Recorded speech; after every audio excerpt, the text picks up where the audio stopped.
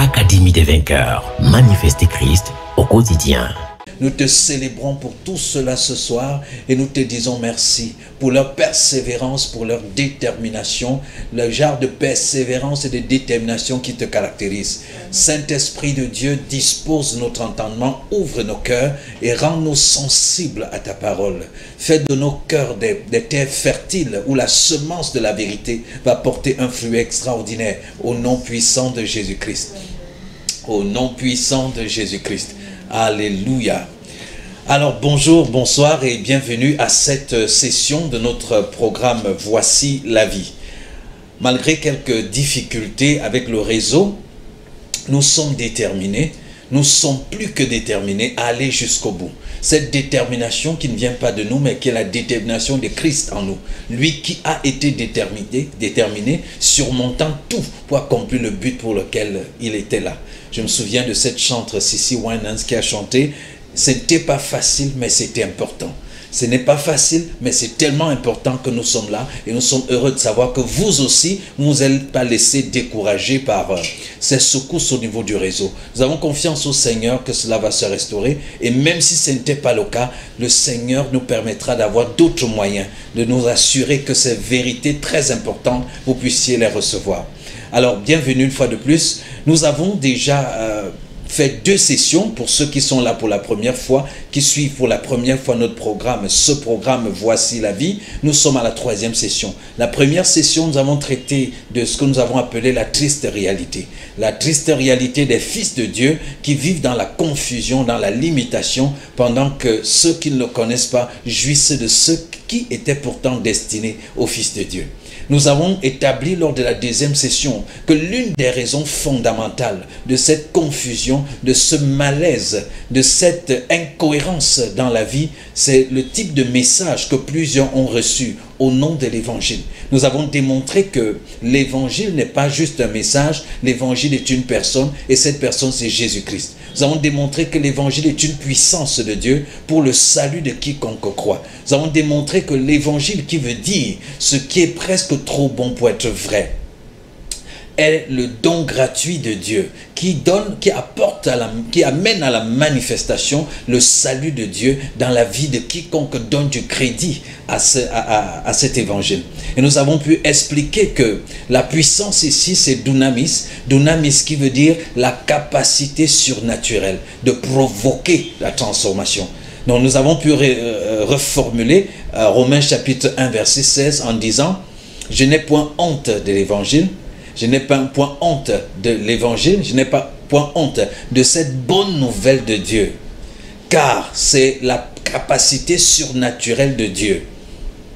Alléluia. C'est la capacité surnaturelle de Dieu pour la libération, l'affranchissement, pour mettre à l'abri, mettre en sécurité, mettre sous protection quiconque donne du crédit à cela.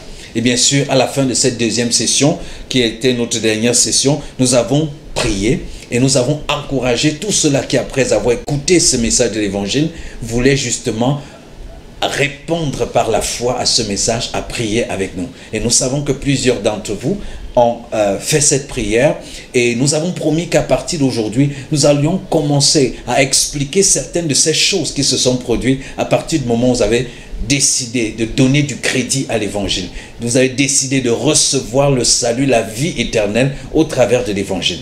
Alors, en même temps, ils sont nombreux dans le monde entier qui ont écouté l'évangile, qui ont reçu le message de l'évangile, qui persévèrent dans ce message, mais qui vivent une vie de défaite, une vie d'échec spirituel, une vie d'échec émotionnel, matériel, financier, conjugal, familial, tous les jours.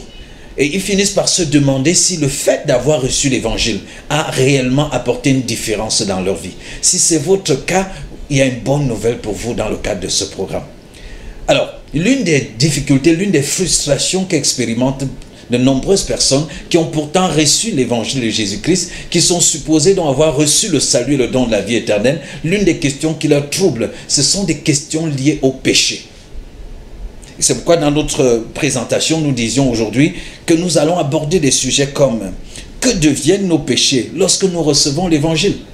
Vous savez, pour certains, ils disent que lorsque vous recevez l'évangile, les péchés qui ont été pardonnés sont uniquement les péchés que vous avez commis avant de recevoir l'évangile. Donc au moment où vous recevez l'évangile, nous recevons l'évangile selon eux.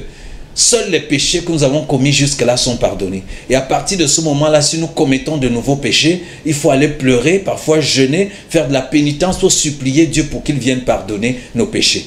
Nous allons nous rendre compte que cette perception n'est pas biblique. Alors soyez très attentifs. L'autre question, c'est justement lesquels de nos péchés ont été pardonnés lorsque nous avons cru. Est-ce seulement nos péchés passés? Est-ce que nos péchés présents sont inclus? Et qu'arrive-t-il aux péchés futurs? Ce qui nous renvoie à la prochaine question. Et si je pêche après avoir cru, qu'est-ce qui se passe? Et finalement, les saints, on entend parler des saints. Saint tel, saint, saint. Mais qui sont véritablement les saints selon la parole de Dieu? Les saints sont-ils des gens qui sont morts et qui ont été canonisés et qui ont été reconnus comme saints après leur mort? Ou alors la Bible a une autre position de ce que c'est qu'un saint? Alors bienvenue à cette session et bienvenue aux différentes réponses à ces questions. Alors je ne vais pas suivre le schéma d'une question, une réponse, une question, une réponse, mais je suis certain par l'aide du Saint-Esprit que vous allez trouver les réponses à ces différentes questions dans le court exposé qui va suivre. Alors qu'est-ce que nous voulons dire? La première chose, commençons par la définition. En termes de définition, vous savez, dans la Bible, la notion de péché est une notion qui revêt, plusieurs mots sont utilisés en réalité pour parler de péché. Les mots les plus importants, c'est atat en hébreu et amasia en grec. Ils signifient tous de manquer la cible, rater le but, passer à côté. Alléluia. Alors, cela renvoie un peu à l'image d'une flèche qu'on tire et qui rate sa destination ou qui manque le but pour lequel la flèche a été tirée. D'autres mots évoquent l'idée de faute, de révolte, de rébellion, de transgression, et tous ces mots renvoient à la notion du péché. Et au départ, le mot péché, en fait, n'a pas été utilisé dans un sens moral. Dans les premiers textes de la Bible, vous savez, le mot péché vient dans l'histoire d'Abel et Caïn, quand Dieu lui dit le péché se couche à ta porte. Le péché, il est décrit comme c'était un animal accroupi, parce que le mot coucher là-bas, c'est le mot accroupi. Le péché est accroupi devant ta porte. Mais je t'ai donné la force pour que tu domines sur le péché. Ceci nous donne déjà une information très importante, c'est que dès le départ, Dieu a l'intention d'être l'appui de l'homme, d'être le secours de l'homme, d'être la ressource de l'homme, pour que l'homme puisse vaincre et dominer le péché. Dieu n'a pas créé l'homme et mis dans un environnement qui est un environnement justement, un environnement de conflit, parce qu'il y avait déjà un ensemble de conflits dans le jardin et dans les environs, mais Dieu a prévu être la ressource de l'homme pour faire victorieusement face à toute adversité et être fructueux quel que soit l'environnement. Alors cette définition, on peut l'étendre, on peut voir le péché en rapport avec Dieu, on peut voir le péché en rapport avec le prochain, on peut voir le péché en rapport avec la nation, le péché en rapport avec son couple, ses enfants, ainsi de suite. Mais nous n'allons pas entrer dans toutes ces définitions, nous allons aller droit au but pour toucher l'aspect qui crée le plus de controverses et surtout qui enlève la paix et le repos de Christ dans le cœur de ceux qui l'ont reçu. Alléluia. Dieu en réalité a toujours aimé l'homme et a pris sur lui de libérer l'homme de tout ce qui pouvait empêcher l'homme de devenir le meilleur de ce que Dieu a prévu. Vous savez, les projets que Dieu a pour l'homme, ce sont des projets de bonheur. Dans le livre de Jean, Jésus parle de cela en disant « Le voleur ne vient que pour voler, pour tuer et pour détruire. Mais moi, je suis venu afin que les brebis aient la vie et la vie en abondance. » L'intention de Dieu, le plan de Dieu, la volonté de Dieu pour toi, bien-aimé, c'est que tu aies la vie et une vie abondante. Une vie vraiment, vraiment abondante. Ceci nous amène, quand je dis cela, quand je dis que Dieu a toujours voulu ôter tout ce qui pose problème, tout ce qui empêche l'homme d'être tout ce que Dieu a prévu que l'homme soit. Nous pouvons faire un tour, par exemple, dans le jardin d'Éden, pour voir l'histoire d'Adam et Ève. Nous savons qu'ils ont reçu instruction de la part du Seigneur en ces termes. Vous pouvez manger de tous les fruits des arbres du jardin, mais du fruit de l'arbre de la connaissance du bien et du mal, vous n'en mangerez point. Et poussés par le serpent, Adam et Ève ont mangé le fruit qui était interdit. Et en mangeant ce fruit, constatons ce qui se passe. Ils ont mangé ce fruit. ils ont fui. Ils sont allés se cacher. Ils ont essayé de se fabriquer. Ils ont pris conscience. Ils sont devenus, se sont sentis maintenant nus. La conscience de la culpabilité leur a fait fuir. Maintenant, la conscience du péché. Ils sentent maintenant que c'est un péché d'être nus. Ils partent se cacher. Ils coupent des feuilles, des figues et ils essayent de se fabriquer un habit. Maintenant, remarquez le scénario. Dieu entre en scène et dit, Adam, Adam, où es-tu? Un peu comme quelqu'un qui m'écoute en ce moment, qui regarde cette vidéo peut-être en différé, et qui entend le Seigneur lui dire, Adam, Adam, où es-tu? Humanité, humanité, où es-tu? Homme, femme, où es-tu? Et une voix se fait entendre de quelque part dans la brousse en disant, j'ai entendu ta voix et je me suis caché. Premièrement, il ne répond pas à la question. Où es-tu? On devrait dire, je suis à tel endroit. Mais il dit, j'ai entendu ta voix et je me suis caché. Parce que je suis nu. Alors il a entendu sa voix, et la voix de Dieu, et il s'est caché. Parce qu'il est nu. Et la question qui suit, Dieu demande à Adam, qui t'a dit? Qui t'a dit que tu es nu? Certainement tu as mangé le fruit. En d'autres termes, Adam, tu étais toujours nu devant moi. Bien-aimé, tu es toujours nu devant Dieu. Tes faiblesses, tes manquements, tes chutes, tes péchés et toutes ces choses ont été toujours nus devant Dieu. Dieu dit, tu as toujours été nu devant moi. Est-ce que je me suis déjà plaint? Tu as toujours été nu devant moi, exposé. Même ce que tu n'as pas encore fait, qui n'a même pas encore jailli dans ta tête, je vois ça avec mes yeux nus. Mais Adam, qui t'a dit que tu es nu? Je ne t'ai jamais donné cet enseignement. Je ne t'ai jamais donné un coup pour te convaincre de ta nudité.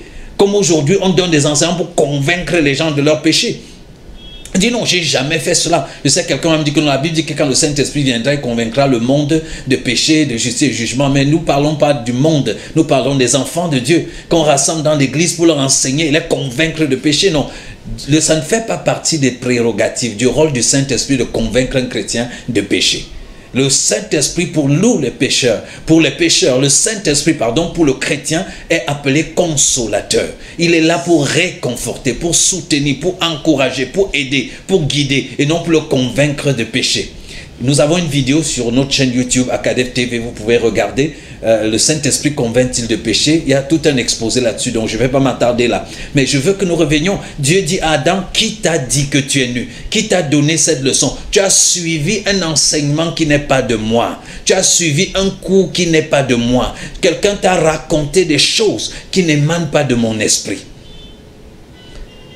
Alors Dieu va retrouver Adam et Ève. Dieu va voir le genre d'habits qui se sont faits et va dire, c'est quel genre d'habit ça? Et Dieu va aller tuer un animal et leur faire un vêtement en cuir italien. Yes. Un bon vêtement.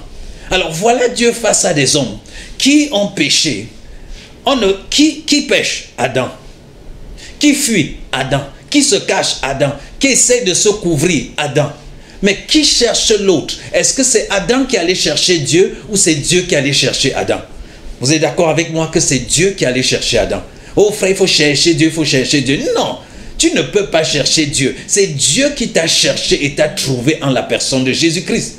C'est lui qui a commencé, c'est lui qui a fait la chose jusqu'au bout. Et je peux te garantir, lui qui a commencé cette bonne œuvre est fidèle pour conduire cela jusqu'à la fin. Cette vérité m'a mis au repos, bien-aimé. Celui qui a commencé, je ne suis pas allé chercher Dieu, c'est Dieu qui est venu me chercher. Pour reprendre les paroles du chanteur Sitenga, Jésus m'a dragué. J'ai refusé, j'ai fui, il a insisté. Finalement, j'ai accepté. C'est Dieu qui est venu chercher Adam. Et quand Dieu vient chercher Adam, il le retrouve. Il trouve qu'Adam a péché. Il trouve qu'Adam a fait tout ce qu'il a dit. Ce n'est pas Dieu qui s'est éloigné d'Adam, bien-aimé, quand Adam a péché. C'est Adam qui a cru que Dieu avait un problème avec lui. C'est Adam qui a développé la conscience du péché, de la culpabilité, et qui s'est éloigné du lieu de sa présence, où ils avaient l'habitude de se rencontrer. Et quand Dieu vient, il trouve la situation. Il est celui qui va vers Adam. Je te dis, bien-aimé, même au travers de ce message, Dieu vient vers toi. Dieu vient vers toi. Ne continue pas de te cacher. Tu es plus faible que qui? Tu as péché plus que qui? Tu as fait quoi plus que qui? Ma part, tu connais? Non. Donc, quand Dieu vient vers toi, laisse-toi aller. Laisse-toi aimer. Laisse-toi intégrer. Laisse-toi chouchouter par le Seigneur. Ne cherche pas les arguments pour convaincre Dieu qui ne te connaît pas bien. Que vraiment, s'il savait qui tu étais, s'il savait ce que tu as fait, il ne pouvait pas s'approcher de toi. Il connaît le passé, le présent et le futur en même temps. Il n'y a rien que tu avais fait, que tu fais et que tu feras qui sera une surprise pour Dieu. Pourtant, connaissant tout cela, il n'a pas hésité à devenir homme et à te donner sa vie pour que tu reçoives la sienne et pour que tu puisses vivre la même vie que lui, que tu puisses recevoir gratuitement la même position que lui, la même identité que lui, le don de la justice qu'il est. Alléluia. Donc, Dieu va trouver Adam. Deuxième chose, Dieu dit à Adam, c'est Adam, Dieu trouve que Adam s'est fabriqué des vêtements avec des feuilles de figue. C'est Dieu qui dit non, ça ne te convient pas. Voilà un enfant qu'on dit a péché. Voilà le père qui est venu, mais c'est lui qui prend soin. Adam, tu es mal habillé, tu ne vas pas bien te protéger, laisse-moi t'habiller. Dieu veut t'habiller. Le vêtement que tu essaies de fabriquer par toi-même, par tes propres efforts, par ton propre comportement ne peut pas tenir. La sanctification que tu fabriques chaque jour, par tes techniques de jeûne et de prière de minuit, 3 heures ou je ne sais pas quoi d'autre, cette sanctification ne peut pas te revêtir du vêtement blanc par lequel tu peux te tenir véritablement devant le Père. Laisse Dieu t'habiller. Laisse qu'il mette lui-même le vêtement de justice. Le vêtement que lui va mettre, c'est du vrai, c'est du bon. C'est un vêtement qui lui est agréable. Vous savez, l'animal qui a été tué pour que la peau serve à la fabrication de vêtements d'Adam, c'était déjà une préfiguration de Christ qui devait mourir à la croix et dont la vie devait servir à la protection et à la sécurité de l'humanité sauvée. Alléluia. Donc l'acte du sacrifice, vous voyez, Adam est allé toucher les feuilles des herbes, des arbres. Mais Dieu, lui, l'a traité avec l'animal. Un peu comme Abel, un peu comme Caïn est allé offrir un sacrifice des fruits, des arbres, vous voyez, des plantes et tout. Mais Dieu avait accepté plutôt le sacrifice d'Abel, qui est un sacrifice animal. Parce que ce sacrifice, par analogie de la foi, correspondait au sacrifice de son fils qui devait être fait à la croix. C'est pourquoi c'était agréable. Dieu dit à Adam, l'effort que tu fournis ne peut pas m'être agréable. Laisse-moi moi-même t'habiller selon l'analogie de la foi. Laisse-moi t'habiller et ton habillement sera une indication, une prophétie sur ce qui va se passer par la suite. Or, si tu étais là, bien-aimé, j'aurais voulu entendre un vrai amen de ta part. Je veux que tu te rendes compte, bien-aimé, que Dieu, la question du péché, nous sommes encore dans le jardin d'Éden, mais vous voyez comment Dieu a adopté. Dieu n'a pas rejeté l'humanité. Dieu n'a pas repoussé l'humanité. C'est l'humanité qui s'est éloignée. Aujourd'hui encore, Dieu n'est pas en colère. Dieu n'est pas fâché. Dieu ne veut pas frapper quelqu'un. Dieu cherche Adam. Dieu cherche Adam. Dieu cherche ta communion. Dieu cherche à te remplir. Dieu cherche à t'habiller. Dieu cherche à te sécuriser. Dieu cherche à te donner ce qui vient de lui-même. Dieu cherche ta réconciliation. Alléluia. Et si tu as suivi la dernière session et que tu t'es donc réconcilié avec Dieu en priant ensemble avec nous, je veux particulièrement te parler de ce qui s'est passé avec tes péchés. Mais avant cela, je veux que nous lisions un passage qui va nous expliquer comment nous sommes d'abord devenus pécheurs. Parce que pour bien comprendre ce qui s'est passé depuis que tu as reçu le salut, il faut comprendre d'abord ce qui t'avait mis dans ce problème. Alléluia. Beaucoup de gens croient qu'ils sont pécheurs à cause des actes de péché qu'ils ont commis.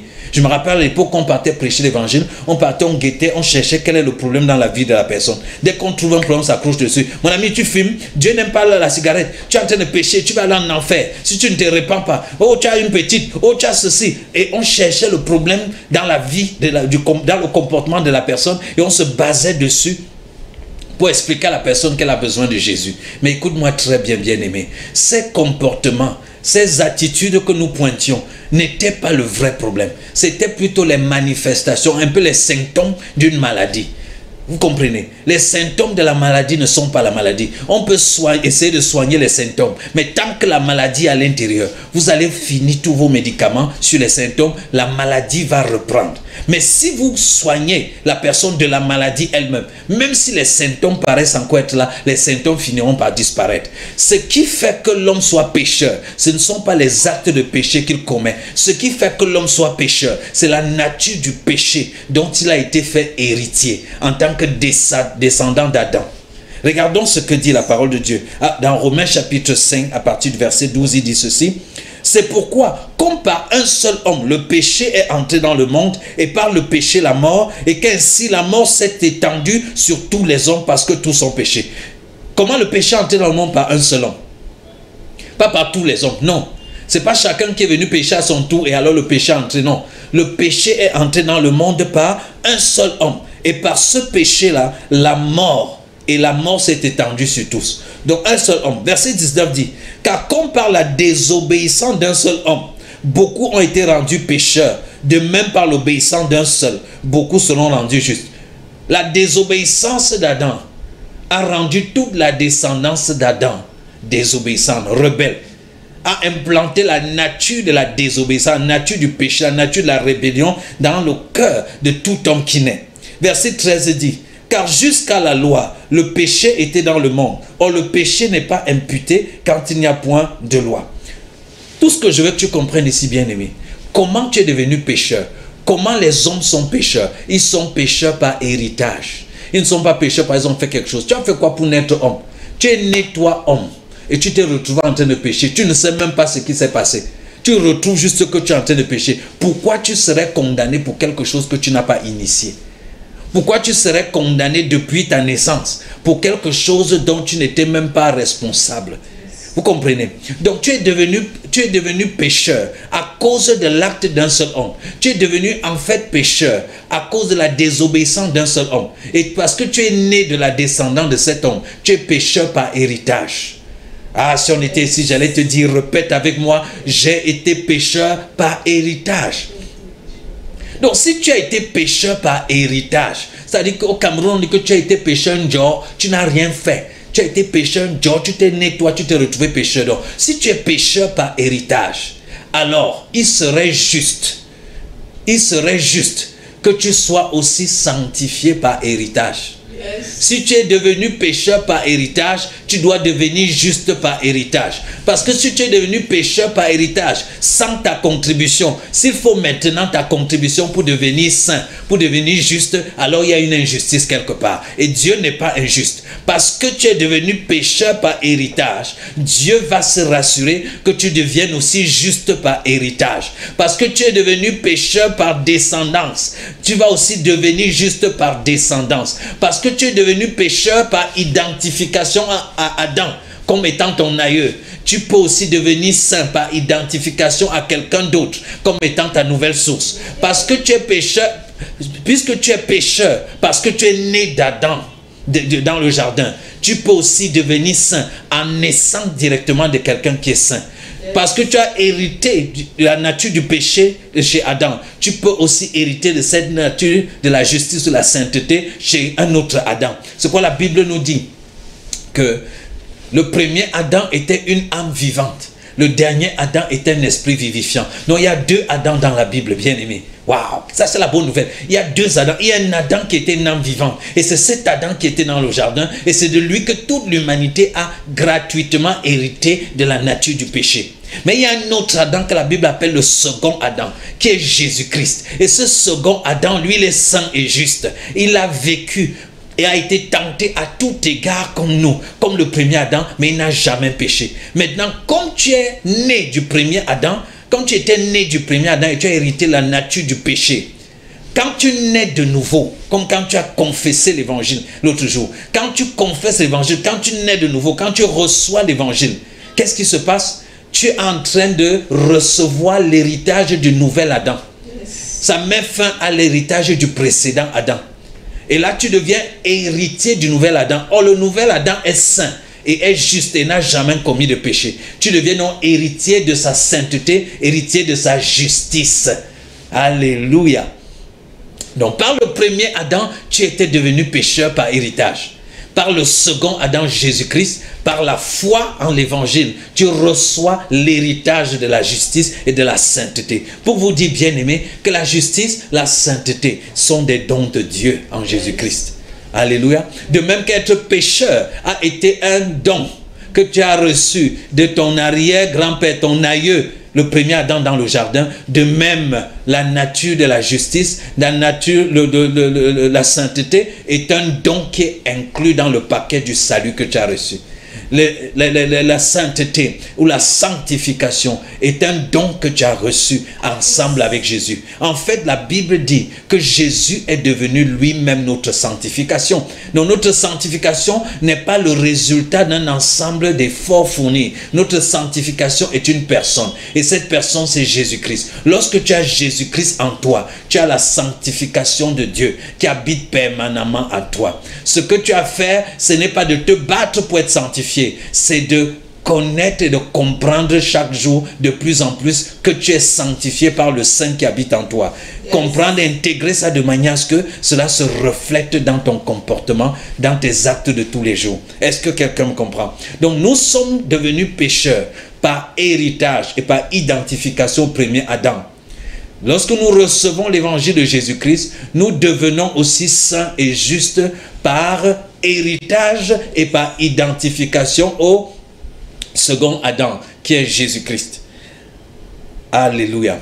Alors, comment les péchés sont pardonnés sous la loi? Maintenant, allons découvrir pour ce qui est du pardon des péchés. Là, tu as déjà compris que tes péchés, tout ça, la nature du péché ayant été réglée en Jésus-Christ, tes péchés ont été aussi lavés par son sang versé. Mais comprenons par quel mécanisme est-ce que les péchés ont été réglés. Comment est-ce que les péchés sont pardonnés sous la loi? Vous savez, après l'époque du jardin d'Éden et tout ça, il y a une période qui vient où Moïse va donner des lois à qui? Au peuple d'Israël, je précise. Il donne les lois à qui? Au peuple d'Israël, pas à tout le monde entier. Le peuple d'Israël était le seul peuple qui avait une alliance basée sur une loi, avec une alliance avec Dieu, basée sur une loi qui leur avait été donnée. En d'autres termes, le peuple Bamiléké Bassa, le peuple sénégalais, le peuple tchadien, le peuple ivoirien, le peuple burkinabé n'avait pas reçu cette loi. Seul le peuple d'Israël avait reçu cette loi et était tenu donc de respecter cette loi. Donc il n'est pas approprié de venir vers un non-juif, de vouloir lui parler du Seigneur en commençant par dire qu'il a transgressé la loi de Dieu parce qu'il ne peut pas avoir transgressé une loi qu'il ne connaissait pas. Nous avons lu tout à l'heure dans Romains chapitre 5 verset 13, il dit: or, le péché n'est pas imputé quand il n'y a point de loi. Donc, s'il n'y avait pas de loi donnée au peuple, le péché ne pouvait pas être imputé. Ces peuples ne pouvaient pas être tenus coupables d'une loi dont ils n'ont jamais été au courant. Ça seul te fait comprendre qu'aux yeux de Dieu bien-aimé, toi qui es non-juif, il ne te voit pas comme ayant transgressé quoi que ce soit. En tout cas, il ne te tient pas coupable des transgressions que tu as pu faire parce que de toutes les façons, cette loi-là ne t'avait pas été donnée. Mais l'œuvre de Christ va néanmoins libérer le monde entier parce que nous avons lu, il dit, jusqu'à la loi, le péché était dans le monde. Donc, les peuples commettaient le péché. Mais seul Israël pouvait être tenu coupable de ses péchés parce qu'Israël connaissait la loi. Mais les autres peuples qui commettaient les péchés ne pouvaient pas être tenus pour coupables à cause du fait qu'ils n'avaient jamais reçu la loi. Mais regardons donc comment le schéma du pardon, Dieu va commencer à manifester cela. Par Moïse, il va expliquer cela et nous allons lire dans le livre d'Hébreux 9 quand l'auteur du livre d'Hébreux fait référence à cela pour nous expliquer comment les péchés sont pardonnés sous la loi. En fait, sous la loi, qu'est-ce qui se passait? Il y avait une fois par an le souverain sacrificateur qui pouvait entrer dans le lieu qu'on appelait le lieu très saint. C'est-à-dire que le temple avait les parvis, le lieu saint et le lieu très saint. Dans le lieu très saint, il y avait les plaques des 10 commandements que Moïse avait reçus et d'autres choses qui étaient là, qui matérialisaient l'arche de la présence de Dieu, par exemple, qui matérialisaient la présence de Dieu dans ce lieu. Et qu'est-ce qu'il fallait faire? Il fallait donc, une fois par an, le souverain sacrificateur entre là-bas avec ce qu'on appelle le sang des victimes. Et c'était quoi le sang des victimes? C'était le fait que celui qui a péché devait prendre un agneau sans tache et sans défaut corporel. Il pose sa main sur l'agneau et il déclare tous les péchés qu'il a commis, ou il confesse ses péchés sur l'agneau. Et l'agneau devenait donc coupable à la place de ce coupable. Et l'agneau était tué. Le sang était recueilli. C'est avec ce sang que le souverain sacrificateur entrait dans le lieu très saint, dans les saints des saints, une fois par an. Et il aspergeait ce sang 7 fois sur les plaques des 10 commandements. Et il priait pour que les péchés de celui que le sang là représente soient couverts. Et parce que cet acte-là, devait se faire chaque année. Donc chaque année, il devait rentrer là-bas pour couvrir à nouveau tes péchés. En d'autres termes, c'est comme si après un an, les péchés là étaient découverts, le sang séchait et les péchés devenaient découverts. Il fallait encore aller couvrir. Et quand le souverain sacrificateur là mourait, il fallait notre souverain sacrificateur pour continuer de couvrir et couvrir et couvrir. Alléluia. Alors, dans le livre d'Hébreux, nous lisons dans Hébreux 9, 19 ceci. Moïse, après avoir prononcé devant tout le peuple tous les commandements de la loi, prit le sang des veaux et des boucs, avec de l'eau, de la laine écarlate et de l'hysope, et il fit l'aspersion sur le livre lui-même, et sur tout le peuple en disant, ceci est le sang de l'alliance que Dieu a ordonné pour vous. Il fit pareillement l'aspersion avec le sang sur le tabernacle et sur tous les ustensiles du culte. Regardez le verset 22. Et presque tout, d'après la loi, est purifié avec du sang. Et sans effusion de sang, il n'y a pas de pardon. C'est là que je voulais. Donc, dans l'ancienne alliance, dans l'Ancien Testament, pour qu'il y ait pardon, il faut que le sang coule. Pour qu'il y ait pardon, il faut qu'il y ait effusion de sang. Il faut que le sang soit versé. Et là, c'était le sang des animaux qui préfigurait le sang de Jésus qui devait être versé pour qu'il y ait donc pardon. Donc, s'il faut suivre cette loi lévitique et considérer que Jésus est venu pour accomplir la loi et non l'abolir, mais l'accomplir. Ça veut dire que quand Jésus vient, il est tenu de faire exactement ce que cette loi prescrit. Et Jésus va le faire. Après son incarnation dans le sein de Marie, lorsqu'il va naître, un jour pendant qu'il sera en train de marcher, Jean-Baptiste va le voir passer et il va dire, admirez, voici l'agneau de Dieu qui ôte le péché du monde. Il identifie ainsi Jésus comme étant un agneau, comme c'était le cas dans l'Ancien Testament. Et il dit que l'agneau-ci va ôter les péchés du monde. Alors déjà en tant qu'agneau, Jésus doit vivre une vie sans tache et sans défaut corporel pour être un agneau qualifié. Hébreu nous dit effectivement qu'il a vécu, il a été tenté à tout égard comme nous sans jamais pécher. Donc il a été sans tache, sans défaut corporel. Même à la croix, on n'a pas cassé un seul de ses os, comme le psalmiste avait prophétisé. Donc il était l'agneau parfait, l'agneau approprié pour régler la question du péché. Donc, étant cet agneau parfait approprié, l'humanité a porté sa main sur cet agneau, comme il fallait porter la main sur l'agneau dans l'Ancien Testament, et nous avons déclaré qu'il était coupable, lui qui était innocent. Donc, nous avons transféré notre culpabilité sur lui, en utilisant notre innocence en notre faveur. Et il a pris sur lui tous nos péchés. Il a pris sur lui toutes nos maladies. Il a pris sur lui tout ce qui nous concernait pour que nous puissions recevoir en retour tout ce qu'il était et tout ce qui le concernait. Alléluia. Donc la loi était pour les Juifs et était là pour enseigner ces Juifs au sujet de l'acte ultime que Dieu allait accomplir. L'agneau là était une figure de Jésus. Et le fait qu'il soit tué, son sang versé, aspergé, ainsi de suite, était une figure de l'acte de rédemption que Jésus-Christ allait accomplir à la croix. Cette fois-ci, non pas pour simplement couvrir les péchés pour un an, mais pour ôter totalement les péchés. Ôter totalement, effectivement et éternellement les péchés de l'humanité. Pas les péchés des chrétiens, mais les péchés de toute l'humanité. Est-ce que quelqu'un me comprend?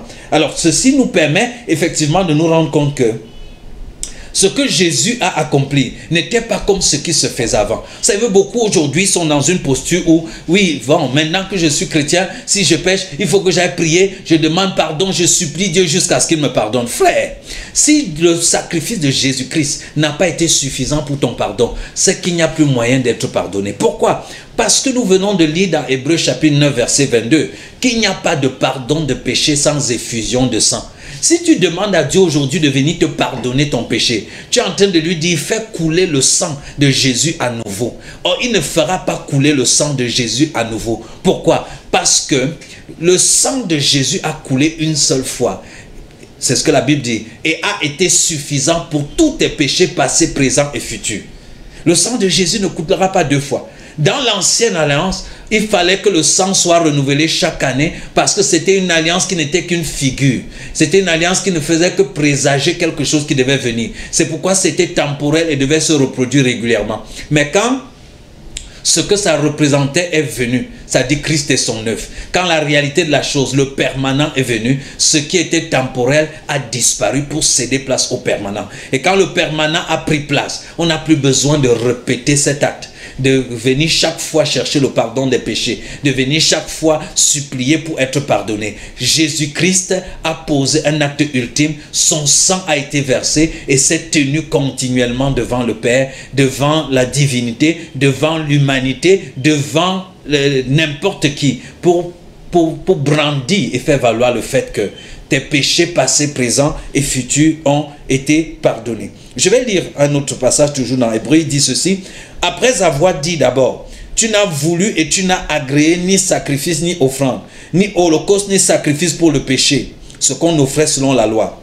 Il dit ensuite, voici je viens pour faire ta volonté. Il a aboli ainsi la première chose pour établir la seconde. Vous savez, les gens disent toujours, non, Jésus a dit qu'il ne vient pas abolir la loi, mais qu'il est venu l'accomplir. Mais lisez que dans Jean 19:30, lorsqu'il est à la croix, il dit tout est accompli. Effectivement, il n'est pas venu abolir la loi. Il est venu et il a accompli la loi jusqu'à achever la loi.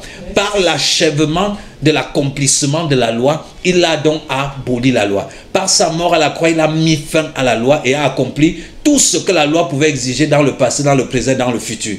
L'acte de Jésus incluait toute l'éternité, le passé, le présent et le futur. Donc lorsque l'acte a été posé, la loi a été réglée pour toute l'humanité, pour le passé, pour le présent et pour l'avenir. Et la loi est donc devenue inutile, inefficace, pas besoin d'y faire référence parce que quel que soit ce que la loi va brandir te concernant, comme transgression, comme faute, comme péché, Jésus a inclus ça dans son œuvre et a réglé ça totalement. Ayant donc inclus et réglé tout ce que la loi pouvait exiger dans ton passé, dans ton présent, dans ton avenir, la loi a perdu son pouvoir. C'est pourquoi la Bible dit que Christ est la fin de la loi pour la justification de ceux qui croient. Christ est la fin de la loi pour la justification de ceux qui croient. Et ce verset d'Hébreux chapitre 10 nous dit effectivement que la première chose, il a aboli ainsi la première chose pour établir la seconde. Verset 10 dit, c'est en vertu de cette volonté que nous sommes comment? Nous sommes sanctifiés.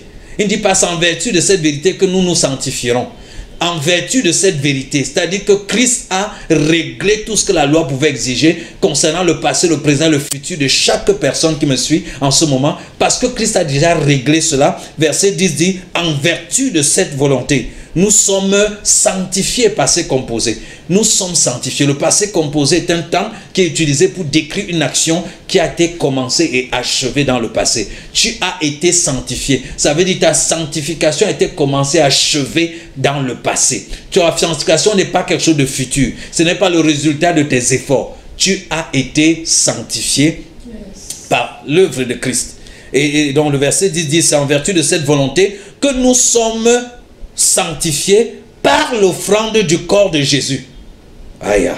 Vous savez, il ne dit pas nous sommes sanctifiés par nos efforts. Il ne dit pas nous sommes sanctifiés par notre obéissance. Il ne dit pas nous sommes sanctifiés par notre respect des lois de Dieu. Non. Nous sommes sanctifiés par l'offrande. Nous sommes sanctifiés par l'offrande du corps de Jésus. Pas par tes propres offrandes dans le panier à l'église. Nous sommes sanctifiés par quelqu'un. Par l'offrande du corps de Jésus. Alors chaque fois que tu vas penser à la sanctification, pense à l'offrande du corps de Jésus et non à tes propres sacrifices. Ton sacrifice est comme un vêtement souillé devant Dieu. Le seul sacrifice qu'il a agréé et qu'il agrée encore est celui de son Fils. Donc nous sommes sanctifiés par l'offrande du corps de Jésus-Christ. Ça ne s'arrête pas là. Une fois pour toutes. Oh, j'aurais voulu que tu répètes avec moi une fois pour toutes. Nous sommes sanctifiés par quoi? Par l'offrande du corps de Jésus, pas par nos efforts. Combien de fois? Une fois pour toutes. Donc c'est pas que chaque jour, dès que je me rends compte que j'ai fait quelque chose qui n'est pas correct, je vais aller me sanctifier. Non, non, non. Nous sommes sanctifiés par l'offrande du corps de Jésus et cela une fois pour toutes. C'est pas quelque chose qu'on doit reproduire. C'est dans l'ancienne alliance qu'on reproduisait parce que c'était une figure. Mais dans la réalité, dans le Nouveau Testament, dans la Nouvelle Alliance, qui est l'accomplissement, qui est la perfection de ce qui était annoncé. L'acte a été posé une fois pour toutes et pas par toi, ça a été posé par Jésus. Tous ceux qui prétendent se sanctifier par eux-mêmes sont en train de manifester du mépris à l'œuvre de Christ et prétendent qu'ils sont meilleurs, qu'ils peuvent offrir un sacrifice par leurs efforts qui soit meilleur que le sacrifice du Fils de Dieu à la croix. Nous sommes sanctifiés. C'est déjà fait par l'offrande de Jésus-Christ. Et cela une fois, une seule fois. Alléluia. Dis avec moi, je suis sanctifié par l'offrande de Jésus-Christ. L'offrande du corps de Jésus-Christ. Une fois, j'ai été sanctifié. Une fois, un tour.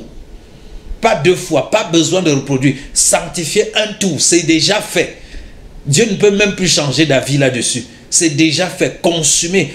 Mon passé, mon présent et mon avenir, totalement réglé en Christ. Alléluia. Et le verset 12 dit ceci, le verset 11 dit, « Et tandis que tout sacrificateur fait chaque jour le service et offre souvent les mêmes sacrifices, qui ne peuvent jamais ôter les péchés. » Vous comprenez, les sacrifices d'Ancien Testament, qui étaient des sacrifices fruits des efforts de l'homme. Il dit que ces sacrifices ne pouvaient jamais ôter les péchés. Des efforts de pleurer, on dit que pleure sur tes péchés, fais ceci. Tous ces efforts ne peuvent jamais ôter le péché. Un seul effort à ôter le péché, c'est le sacrifice, l'offrande du corps de Jésus-Christ. Cela a ôté le péché passé, présent et futur. Ton passé, ton présent et ton futur sont inclus en Christ. Et c'est glorieux. Alléluia. Le verset 12 dit, lui, parlant de Jésus, après avoir offert un seul sacrifice pour les péchés, s'est assis pour toujours à la droite de Dieu. Jésus a offert un seul sacrifice pour tous les péchés. Un sacrifice pour tous les péchés. Il s'est assis pour toujours, vous voyez, pour toujours à la droite de Dieu. Le fait de s'asseoir a un sens profond. Quand le sacrificateur entrait dans le lieu très saint pour asperger le sang, il ne pouvait pas s'asseoir. Parce que s'asseoir symbolise le repos, l'achèvement. Symbolise que ce qu'on a fait est permanent. Mais il ne pouvait pas s'asseoir parce que ce qu'il faisait était qu'une figure, n'était qu'une figure. Ce n'était qu'un présage. Ce n'était pas la réalité de la chose. Le fait de ne pas s'asseoir était là pour indiquer que ce que j'ai fait là, il va falloir reprendre. Mais la Bible nous dit ici que quand Jésus, lui, il a fait l'aspersion de son propre sang dans le vrai tabernacle céleste, dans le vrai temple céleste, quand il a fait l'aspersion de son propre sang, il s'est assis. Mais avant de dire qu'il s'est assis, on dit pour toujours. Donc l'acte qu'il a posé, pardon, après ça on dit pour toujours. Il s'est donc assis pour toujours après avoir posé cet acte à la droite de Dieu. Attendant désormais que ses ennemis soient devenus son marchepied. Et le verset 14 vient donc couronner le tout. Car par une seule offrande, une seule, il a amené à la perfection pour toujours ceux qui sont sanctifiés. Nous sommes déjà amenés à la perfection pour toujours. Nous qui sommes sanctifiés par l'offrande du Fils de Dieu. Je suis parfait. Je suis parfait en Christ. Je suis parfait pas par mes propres efforts. Je suis parfait par l'œuvre de Christ. Et j'ai cru en lui. J'ai donné du crédit à cette œuvre. Mais je suis parfait. Donc nous avons été rendus parfaits. Nous qui avons été sanctifiés, il ne s'est pas arrêté à nous sanctifier. Il nous a rendus parfaits. Alléluia, parfait. Quelqu'un disait, mais la Bible dit soyez parfait. Le mot parfait là-bas, c'est un autre mot qui veut dire mûr, qui veut dire parler de la maturité. Ça veut dire devenir expérimenté, devenir avoir de l'expérience, devenir, oui, expérimenté dans la connaissance et dans la marche avec Dieu. Mais pour ce qui est de notre état devant Dieu, nous sommes dans un état saint et parfait. Dis à ton voisin, je suis saint et parfait. Ton voisin sur Facebook, dis-lui, voisin, je suis saint et parfait. Pas par mes propres efforts, mais par la grâce de Dieu, par l'offrande de Jésus-Christ. Alléluia.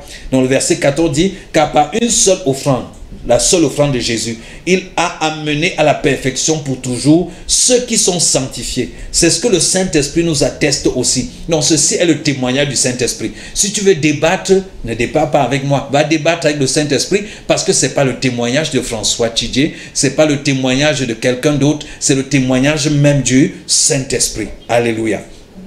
Alléluia. Oh, comme c'est merveilleux. Bien-aimés, vous vous rendez compte que la question du péché est réglée. Oui, c'est totalement réglé. Jésus a réglé cela. Son offrande a réglé cela. Tu as été sanctifié. Tu es participant de l'héritage des saints en Jésus-Christ. Et tu as été rendu parfait par l'œuvre de Jésus-Christ. Oh, l'évangile n'est-il pas une bonne nouvelle? Vraiment bonne nouvelle. Voilà tout ce qu'il y a de bon dans cette nouvelle.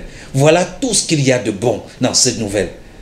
Vous savez, on va dire, non, bien aimé, donne l'offrande. L'offrande, quelqu'un va racheter sa vie. Donne l'offrande de X. Ne vous laissez pas escroquer, bien aimé. Ne vous laissez pas escroquer. Oh frère, si tu te sacrifies de telle façon, ça va faire que Dieu n'agit pas parce qu'un homme a agi. Dieu n'est pas là pour répondre à ce qu'un homme a fait. Dieu est l'auteur, la source, l'origine. Alléluia. Il est l'origine de toutes choses. Nous l'aimons même parce qu'il nous a aimés le premier. Nous pouvons même donner, être généreux parce qu'il a été généreux pour nous en Jésus-Christ, son Fils unique qu'il nous a donné. Donc ne vous laissez pas prendre dans le piège de si tu fais comme ça, Dieu va te bénir. Si tu fais comme ça, Dieu va te donner telle chose. Si tu fais ceci, donne comme ça, Dieu va... Non. Donner au Seigneur, donnez à son œuvre, soutenez l'œuvre de Dieu, selon que vous avez résolu dans votre cœur sans contrainte ni tristesse. Faites-le surtout en regardant à l'abondance que Dieu lui-même vous a manifestée, en vous réconciliant avec lui en Jésus-Christ, sans demander votre propre contribution. Yes. Ah, il y a trois autres versets que je voudrais qu'on lise. C'est ceci, j'ai intitulé cette petite session « Grâce pour toutes nos offenses ». C'est le thème de notre troisième session, n'est-ce pas? Grâce pour toutes nos offenses. Il s'agit de Colossiens chapitre 2, versets 12 et 13. Alors, au verset 12, il dit « Ayant été ensevelis avec lui par le baptême, vous êtes aussi ressuscités en lui et avec lui, par la foi en la puissance de Dieu qui l'a ressuscité des morts. » Verset 13. « Vous qui étiez morts par vos offenses. » Vous voyez, il parle de son passé composé. Nous ne sommes plus morts par nos offenses. Mais vous qui étiez morts par vos offenses et par l'incirconcision de votre chair, il vous a rendu à la vie avec lui, en nous faisant grâce pour toutes nos offenses. Il nous a fait quoi? Il nous a rendu à la vie. Nous étions, mais maintenant nous ne sommes plus. Nous étions pécheurs, mais maintenant nous ne sommes plus. Nous étions coupables, mais maintenant nous ne sommes plus. Nous étions perdus, mais maintenant nous ne sommes plus. Nous étions sans Dieu, mais maintenant nous en avons un. Nous étions étrangers à la cité de Dieu, mais maintenant nous avons été rapprochés par le sang de Jésus-Christ. Donc ce verset nous dit que Dieu nous a rendu la vie avec lui en nous faisant grâce pour toutes nos offenses. Dieu nous a fait grâce pour toutes nos offenses. Dans toutes là, ça veut dire toutes, bien-aimées. Il n'y a rien qui manque dans ce tout. Donc pour toutes tes offenses, Dieu t'a fait grâce, il t'a fait cadeau. Il a laissé tomber. À ses yeux, tu n'as jamais rien commis. À ses yeux, tu n'es coupable de rien. À ses yeux, tu es parfait, sanctifié en Jésus-Christ, participant de la nature divine. Tu es devenu une même souche avec le Christ, un même esprit avec le Christ. Dieu veut que tu apprennes à te voir comme lui, il te voit. C'est quoi l'apôtre Paul dit? Voyez-vous comme étant mort au péché et comme vivant pour Dieu. Voyez-vous comme étant mort au péché. Ne laisse pas les erreurs et les manquements t'empêcher de continuer de puiser dans l'amour, dans la révélation de l'évangile et d'avancer. Gloire à Jésus. Alors lorsque nous regardons cette dernière partie que j'aimerais vraiment lire avec vous avant qu'on se sépare ce soir, nous sommes donc saints et sanctifiés. Vous vous souvenez, l'une des questions c'était, est-ce que les saints sont les gens qui sont... Est-ce que les saints sont les gens qui sont vivants ou ce sont les gens qui sont morts? La bonne nouvelle, c'est que les saints sont les gens vivants. Les saints, c'est toi et moi qui avons donc été sanctifiés par l'offrande du corps de Christ. Les saints, c'est toi et moi qui avons été rendus parfaits, comme nous venons de le lire dans le cours de cette session. Lorsque nous regardons 1 Corinthiens chapitre 6, verset 11, là il est écrit, « Et c'est là ce que vous étiez, quelques-uns d'entre vous, mais vous avez été lavés, mais vous avez été sanctifiés, mais vous avez été justifiés au nom du Seigneur Jésus-Christ et par l'Esprit de notre Dieu. » Il ne dit pas que vous serez sanctifiés, il dit vous avez été. Bien-aimés, toi et moi, nous avons été. Notre sanctification s'est passée au passé composé. Notre sanctification a déjà eu lieu. Non, nous avons été sanctifiés. Oh, merci Seigneur, parce que ce n'est pas par mes efforts. Merci Seigneur, parce que je sais qu'il m'arrive encore de tomber, de trébucher, de faire ce qui ne te plaît pas. Mais je te loue parce qu'au milieu de tout cela, j'ai été sanctifié. Non pas par mes œuvres, mais par l'œuvre de Christ. Je choisis de vivre en regardant à son œuvre et non à mes propres œuvres. Je choisis de m'affectionner aux choses d'en haut, d'avoir les yeux fixés sur les choses d'en haut, où Jésus-Christ est assis sur le trône. Donc voilà comment nous vivons notre vie chrétienne. Et ce que tu contemples, tu deviens cela. Plus tu vas contempler Christ et son œuvre accomplie pour toi, plus tu vas être changé en cette personne et à la manifestation de cette œuvre. Mais plus tu vas laisser cela te contempler toi-même, tes faiblesses et tes manquements, plus tu tomberas, plus tu seras limité, plus tu manqueras de courage pour avancer dans la vie chrétienne. Est-ce que quelqu'un entend une bonne nouvelle aujourd'hui? Le Hébreux chapitre 2 verset 11 dit, « Car celui qui sanctifie et ceux qui sont sanctifiés sont tous issus d'un seul. C'est pourquoi il n'a pas honte de les appeler frères. » Vous voyez, celui qui sanctifie et ceux qui sont sanctifiés. Celui qui sanctifie, c'est Jésus. Et ceux qui sont sanctifiés, c'est nous. Il dit, nous sommes tous issus d'un seul. Nous avons la même souche. Donc Jésus, en faisant ce qu'il a fait, nous a unis à lui et à la divinité. Nous sommes devenus participants de la divinité. Il dit que celui qui sanctifie et ceux qui sont sanctifiés sont issus d'un seul. De qui? De Dieu. Et la suite dit, c'est pourquoi il n'a pas honte de les appeler frères. Donc Jésus est devenu mon frère. Il m'a sanctifié, et lui qui m'a sanctifié, et moi qui suis sanctifié, nous sommes désormais issus d'un même Père. Jésus, celui qui était le Père de Jésus, est devenu mon Père. Alléluia. Et Jésus est devenu mon frère. Il n'a donc pas honte de m'appeler frère. Frère, je n'ai non plus honte de dire que je suis le frère de Jésus. Vous savez, même quand j'aurai des manquements, même quand j'aurai des faiblesses, même quand il m'arriverait de tomber, je suis le frère de Jésus. Tant qu'il n'a pas honte de m'appeler son frère, je n'aurai pas honte d'affirmer que je suis son frère. Même si je n'arrive pas encore à marcher à fond comme lui l'a marché, je suis le frère de Jésus. Même quand vous me voyez comme vous me voyez là, je suis le frère de Jésus. Vous pouvez dire et penser ce que vous pensez de moi, mais ce que Jésus pense de moi, c'est que je suis son frère. Alléluia. Alors, le verset nous avons lu aussi tout à l'heure, nous avons déjà lu le verset 10 d'Hébreux 10 qui dit que nous sommes sanctifiés par l'offrande du corps. Le verset 14 qui dit que c'est par une seule offrande qu'il a ramené à la perfection pour toujours ceux qui sont sanctifiés. Alléluia. Donc, regardez maintenant le verset 28, le verset 27 de Romains 8. Le verset 27 de Romains 8, là il dit, et celui qui sonde les cœurs reconnaît quelle est la pensée de l'Esprit, parce que c'est selon Dieu qu'il intercède en faveur des saints. Le Saint-Esprit intercède en faveur des saints. Quels saints? Les saints là sont des gens vivants ou alors sont des gens qui sont déjà morts. Est-ce que c'est Saint Antoine, Saint François d'Assise? C'est qui exactement que la Bible appelle saint? Romains 12, 13 dit, pourvoyez aux besoins des saints, exercez l'hospitalité. Alors s'il faut pourvoir aux besoins des saints, on commence à comprendre qu'il ne peut pas s'agir des gens qui sont morts, mais probablement des gens qui sont vivants. Romains chapitre 15, verset 25 dit, présentement, je vais à Jérusalem pour le service des saints. Là encore, on se rapproche de se rendre compte qu'il s'agit probablement des vivants, parce que Paul n'allait pas à Jérusalem pour avoir un service avec des morts, ou des esprits de mort. Romains 15, verset 26 dit, car la Macédoine et l'Achaïe ont bien voulu s'imposer une contribution en faveur des pauvres parmi les saints de Jérusalem. Ah, il s'agit des gens vivants. Et le verset 31 de Romains 15 dit, afin que je sois délivré des incrédules de la Judée et que les dons que je porte à Jérusalem soient agréés des saints.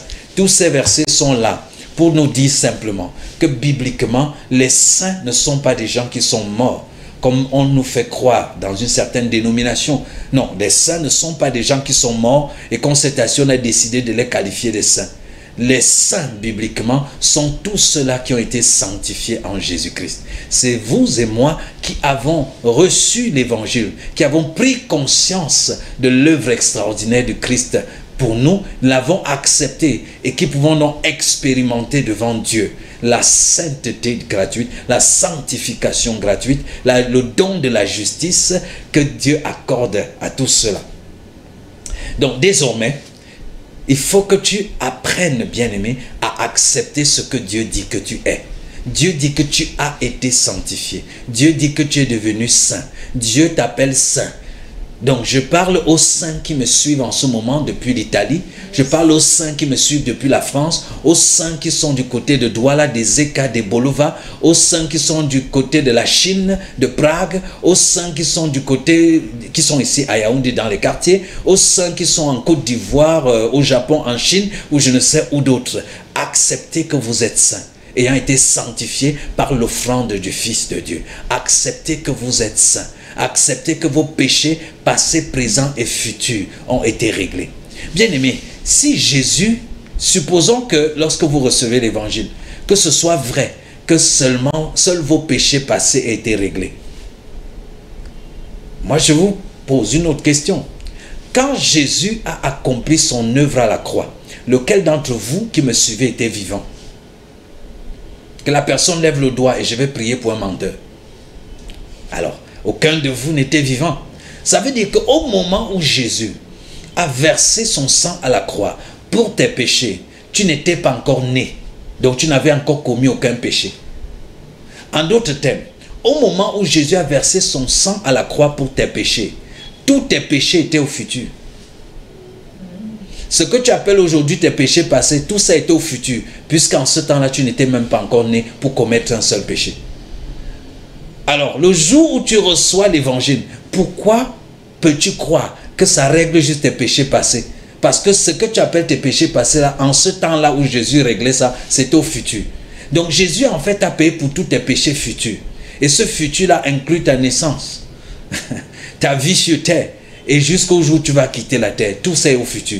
C'est pour te rassurer que Jésus, par son œuvre, comme nous l'avons lu, a accompli, a réglé une fois pour toutes tous tes péchés passés, présents et futurs. Une fois pour toutes, il t'a sanctifié. Et une fois pour toutes, il t'a associé à l'héritage des saints en Jésus-Christ. Une fois pour toutes, il a tout réglé.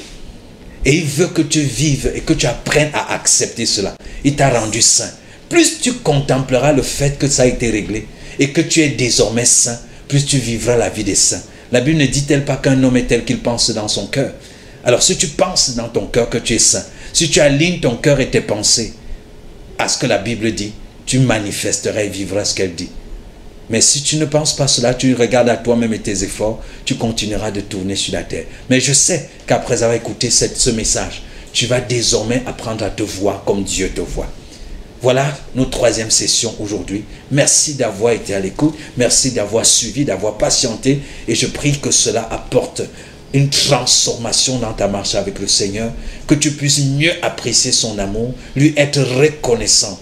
Et que tu puisses contempler ta sainteté et ta sanctification en Christ de manière à ce que ton comportement puisse refléter cela chaque jour. Au nom puissant de Jésus-Christ. Amen. Merci d'avoir été connecté. Rendez-vous mardi prochain lorsqu'il sera 20h GMT+1 pour une autre édition, une autre session de notre émission. Entre-temps, prions et nous allons réfléchir sur comment faire pour mieux gérer les difficultés avec la connexion. Demeurez bénis au nom puissant de Jésus-Christ. Académie des vainqueurs, manifester Christ au quotidien.